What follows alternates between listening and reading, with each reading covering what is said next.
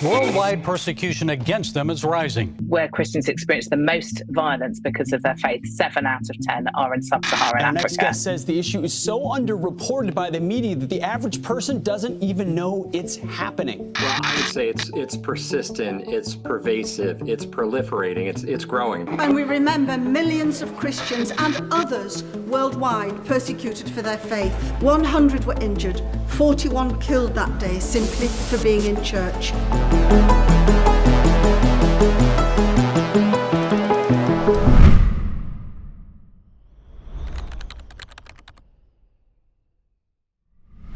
Across the globe, over 360 million Christians suffer persecution and discrimination. That's approximately 1 in 7. Last year, 5,621 Christians were murdered for their faith, 2,110 churches were attacked, and around 140,000 Christians were displaced. The conflict is occurring worldwide, and all for different reasons. For example, in North Korea, it's down to their dictatorship not wanting to be challenged. However, the most dangerous countries to practice Christianity are predominantly centred around Northern Africa and South Asia. Let's take a look at one of the worst places affected. Yemen has been ranked the 3rd most dangerous country to practice Christianity. I spoke to John Garman, a former Yemeni citizen, to find out about his experience after he converted to Christianity. John was a Muslim living in Yemen with his family. When he visited Mecca, he decided that this was not the faith he wanted to be a part of. He secretly became agnostic and pretended to be a Muslim for 3 years while living inside of Yemen. From the outside, I was like acting as a Muslim because in Yemen, if you said I am not Muslim anymore, they're gonna kill you. So I have to pretend that I am a Muslim from the outside, in front of my wife, my family, my mother, my friends, all the community and the society. So it was the most hardest 3 years in my life. In 2017, he left Yemen and soon ended up in Greece, where he converted to Christianity and changed his name from Muhammad to John. He then began to share his testimony online. My family saw my videos, Muslims, Yemenis.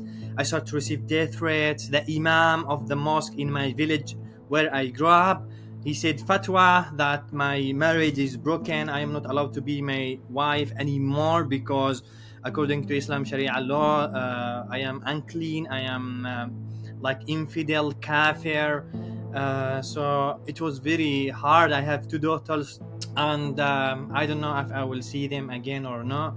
They disowned me. My mother was broken till today, and even the community started to put pressure on them. Why you allowed him? Why you can't control him? Why he brought shame into the family, into the country, the city, the village, and Islam, because all connected.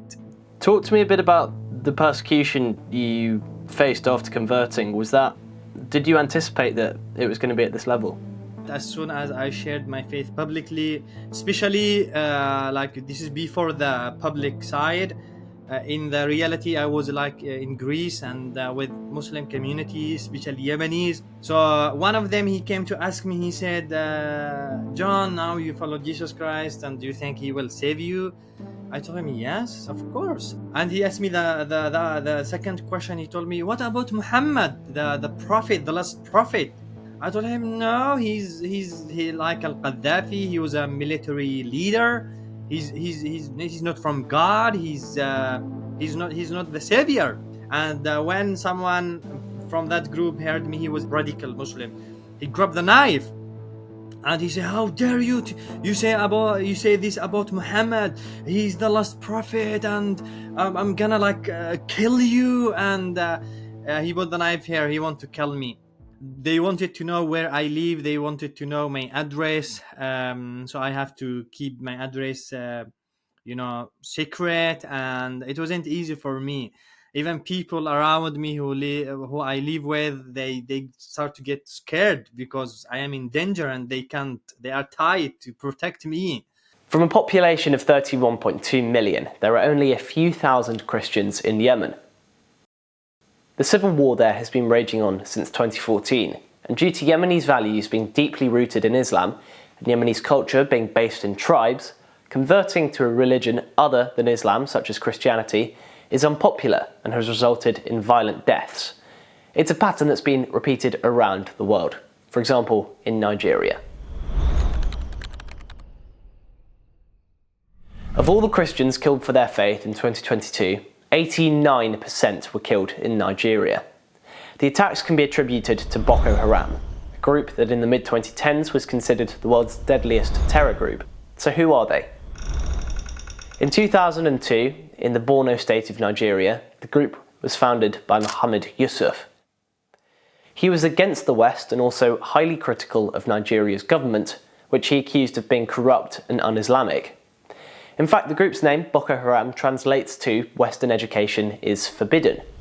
In 2009, the group gained prevalence when they failed an uprising against the Nigerian government. 800 people were killed and many of their members were arrested. In 2011, they made international headlines when they sent a car bomb into the United Nations compound in Abuja, killing 23 people and injuring more than 75. In 2014, they kidnapped 276 schoolgirls from a boarding school in the northern town of Chibok. The event led to global outrage, sparking the Bring Back Our Girls movement.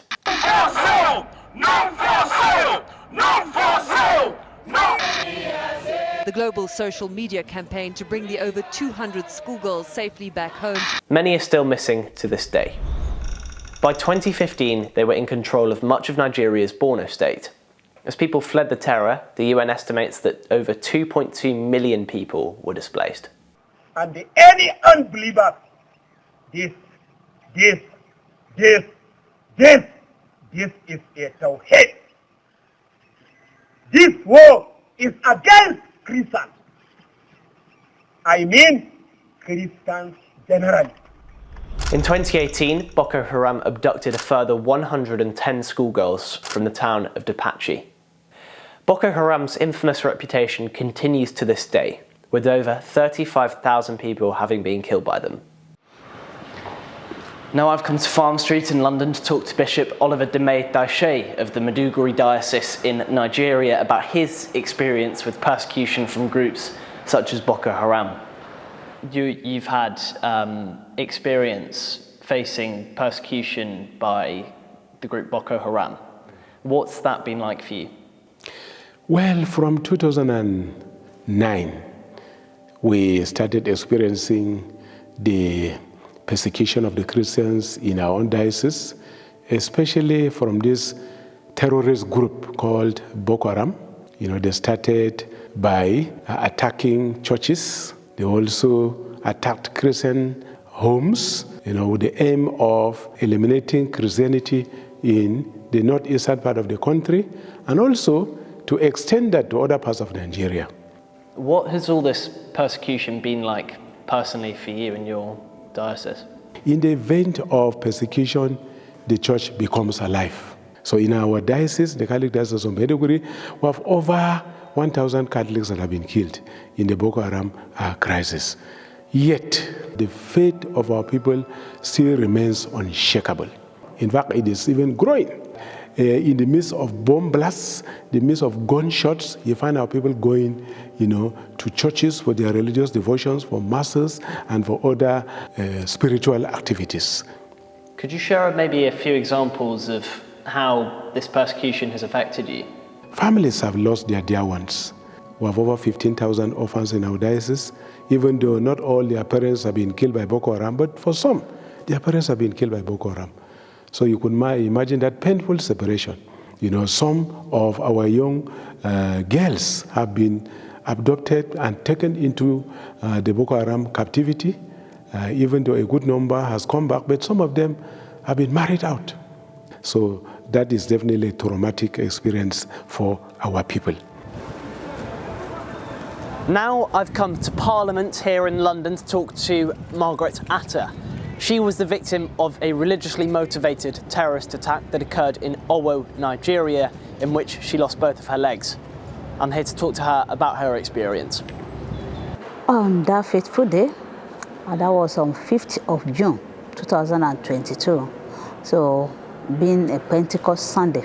So with my family, we left the home for church And we were there, everything went on well until the end of the Mass, when the Father proclaimed that, "Go in peace, the Mass is ended." And we heard the first shot of gun from outside, and the gunshot continued. Then we realized it's not a joke.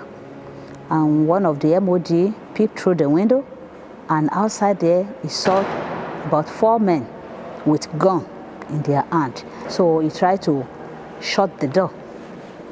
So when the attackers saw that the door had been shut, they peeped through the window and they were shooting from the window, shooting everybody on stand and killing them.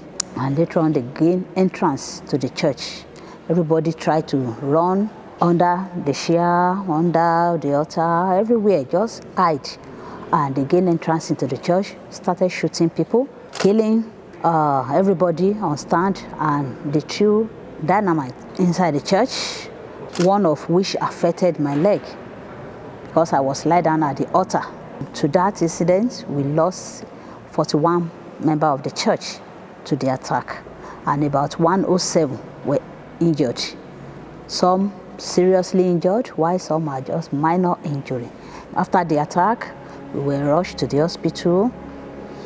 They assisted all the casualty to the hospital where we're being taken care of.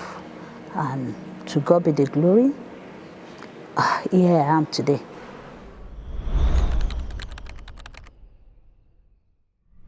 There are many organisations committed to fighting back. Aid to the Church in Need uses its annual Red Wednesday campaign to raise awareness at the highest levels. In what was a packed agenda at Prime Minister's Question Time earlier today, Rishi Sunak took the time to respond to MP Fiona Bruce's questions concerning Christian persecution on Red Wednesday. Today is Red Wednesday, when we remember millions of Christians and others worldwide persecuted for their faith. People like Margret, Attah, a nurse, a lovely young mother of 4, here today from Nigeria, who hid behind the altar as her church service was attacked. And thousands more suffer similarly in Nigeria each year.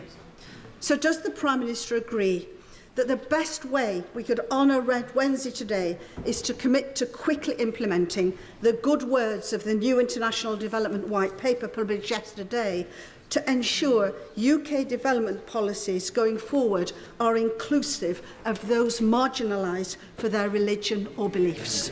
Prime Minister. Red Wednesday is an important moment to demonstrate our solidarity with Christians and all those persecuted around the world for their religion or belief. And marking this event annually was just one of the recommendations in the Bishop's report. And I'm pleased that today we will light up FCDO buildings in the UK in red in support.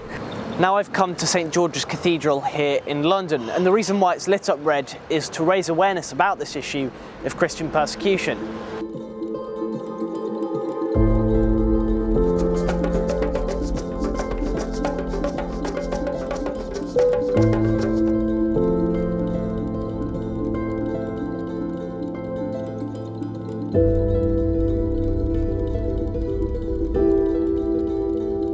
In the face of genocidal violence and political crisis, Aid to the Church in England has worked tirelessly to support Margret and thousands of other people like her in Nigeria who are enduring unimaginable hardships.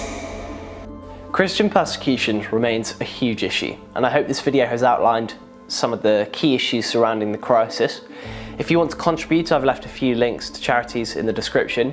If you found this video helpful, share it with a friend to help raise awareness, and consider subscribing to the channel. Elliot, Hartley, Christian Persecution 2023.